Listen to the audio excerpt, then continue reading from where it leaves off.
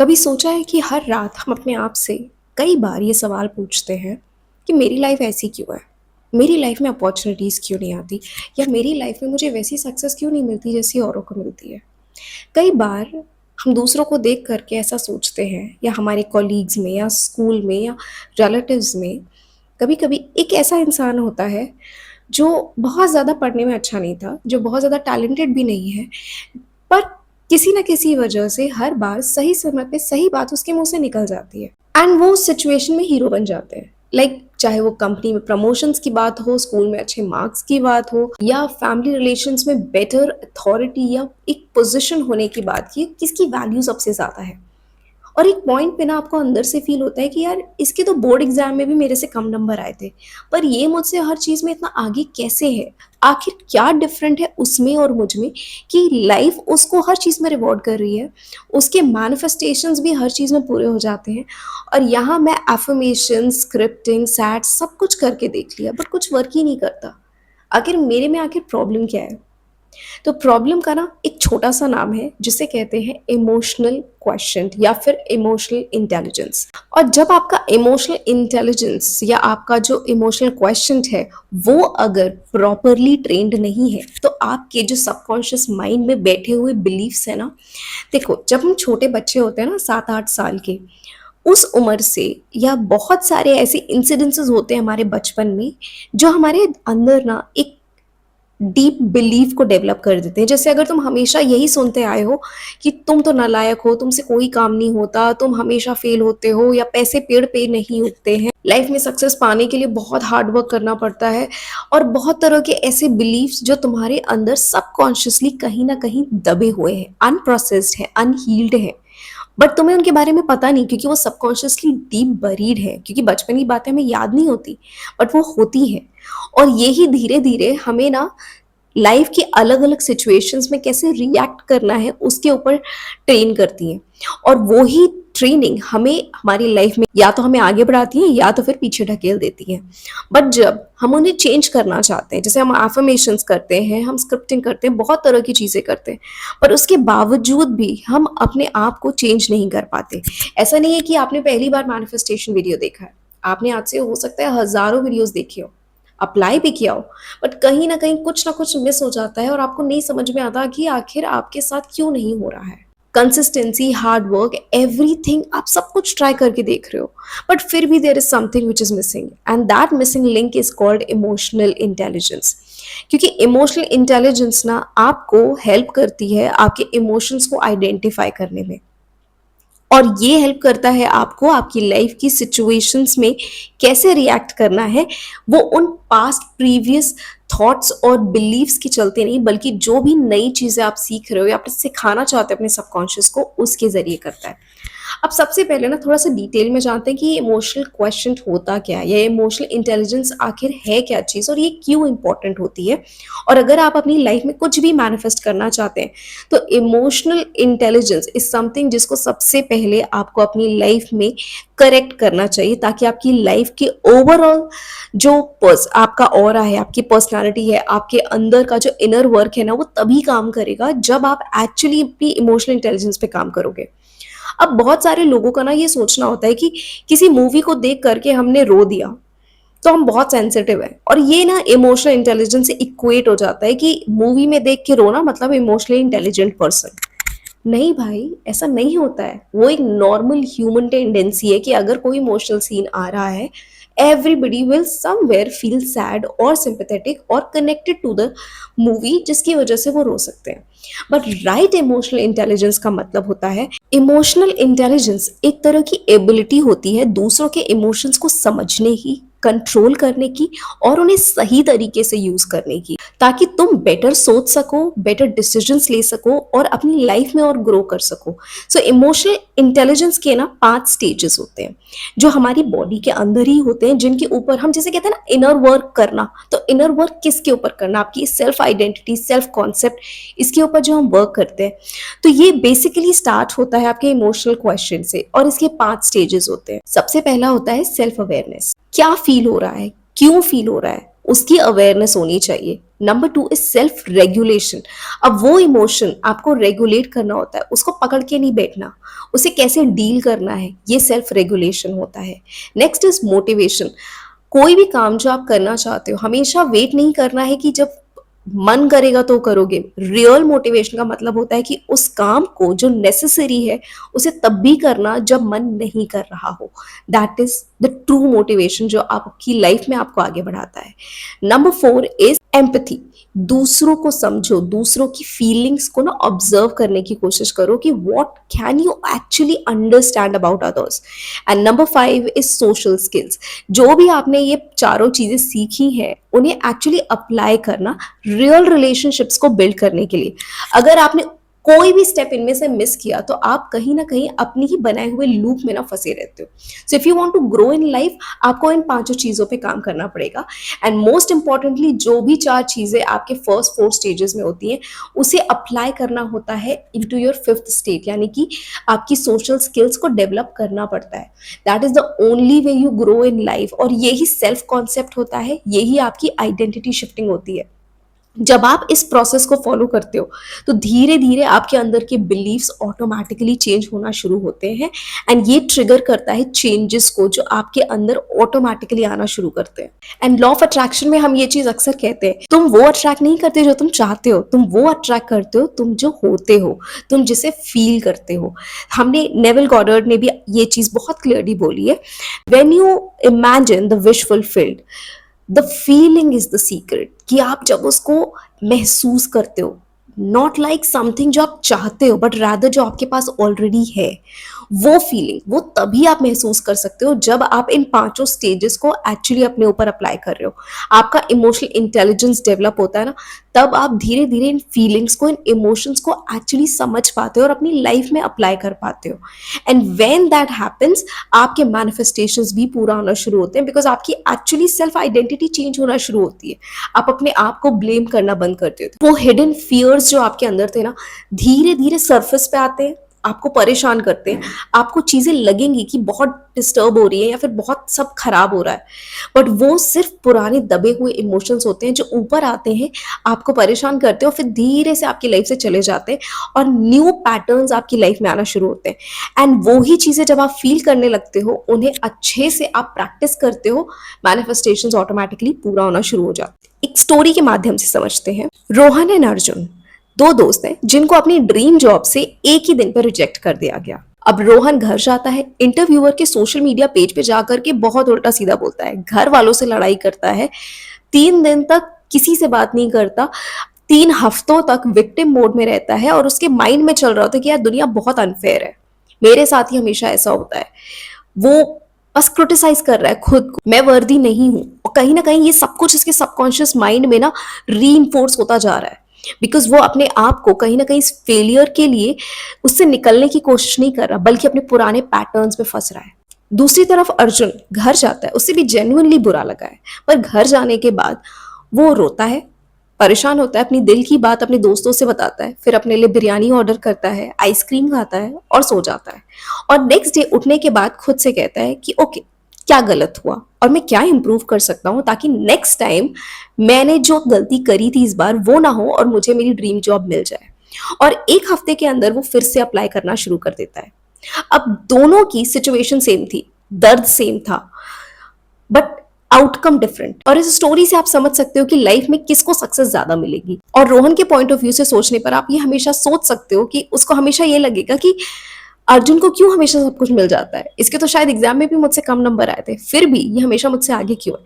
Because Arjun के अंदर जो है वो उसे कहते हैं इमोशनल इंटेलिजेंस, कि उसे पता है कि मुझे इमोशंस को पकड़ के नहीं बैठना है। वो अपनी सेल्फ अवेयरनेस का यूज कर रहा है, अपने इमोशंस को रेगुलेट कर रहा है, नहीं मन है फिर भी चीजों को कर रहा है, अपने आप को मोटिवेटेड रख रहा है कि मुझे दोबारा से अपने आप को इम्प्रूव करना है, बेटर करना है।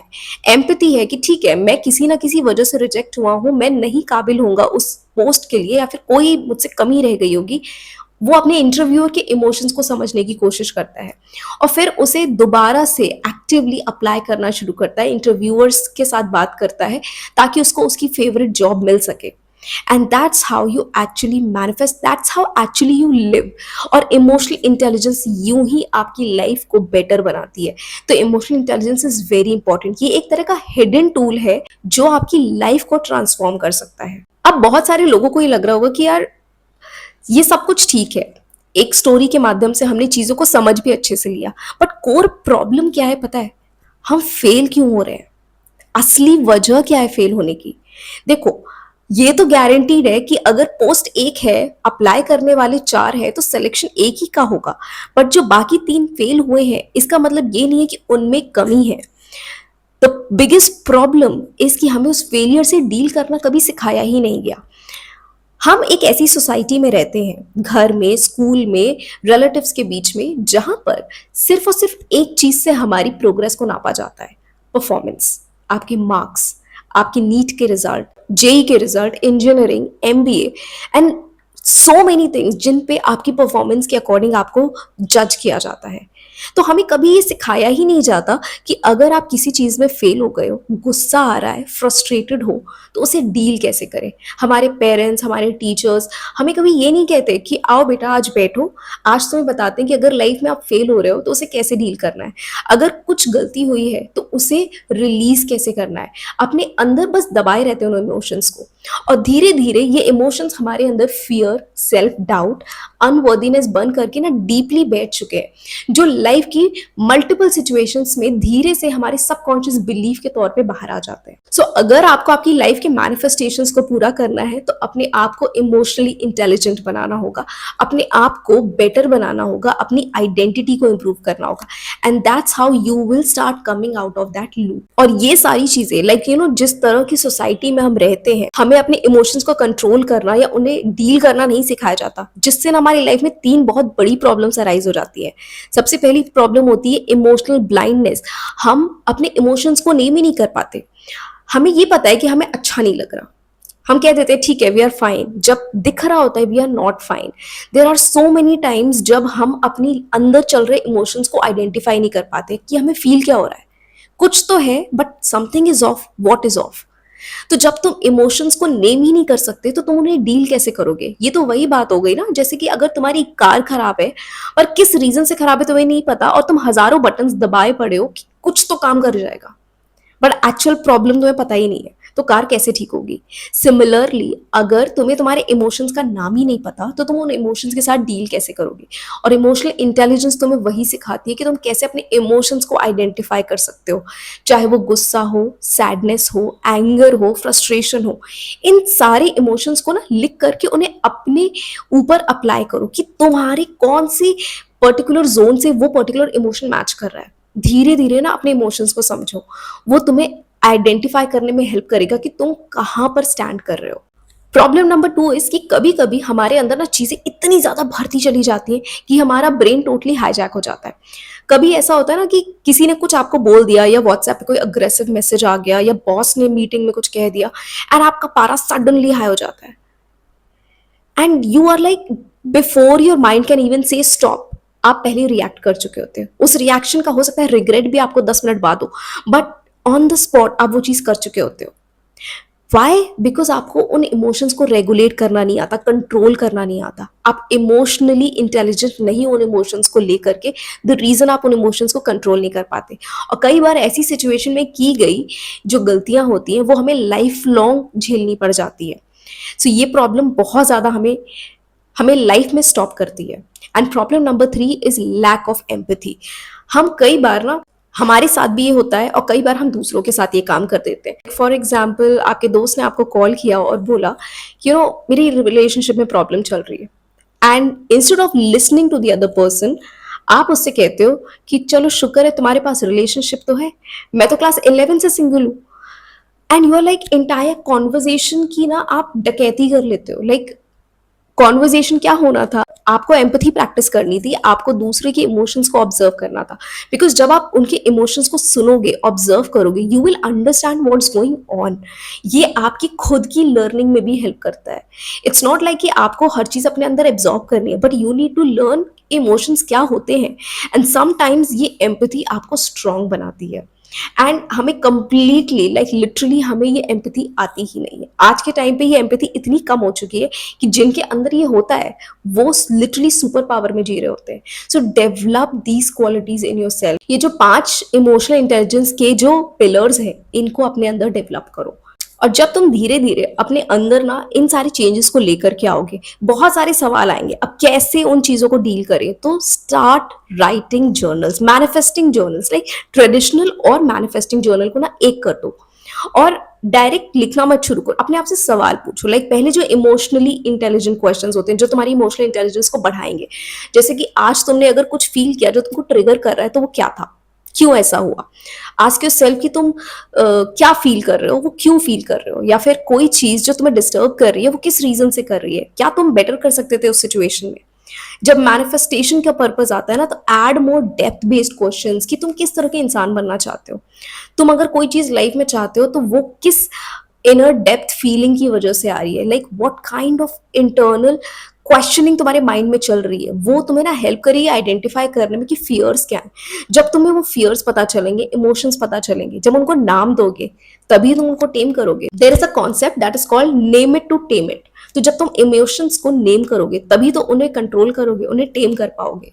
एंड दैट्स हाउ तुम्हारी लाइफ में इमोशनल क्वेश्चन बढ़ेगा और तुम्हारे मैनिफेस्टेशंस भी इंप्रूव होना शुरू हो जाएंगे। एंड एवरी मैनिफेस्टेशन प्रैक्टिस जो तुम अभी तक करते आ रहे थे ना, धीरे धीरे तुम उनमें इंप्रूव होना शुरू हो जाओगे। विक्टर फ्रैंकल जो कि एक नाजी कॉन्सेंट्रेशन कैंप में सर्वाइवर थे, उन्होंने ये बात अपनी बुक में लिखी थी कि आपके स्टिमुलस और रिस्पॉन्स के बीच का जो गैप होता है ना, उसी स्पेस में तुम्हारी फ्रीडम होती है।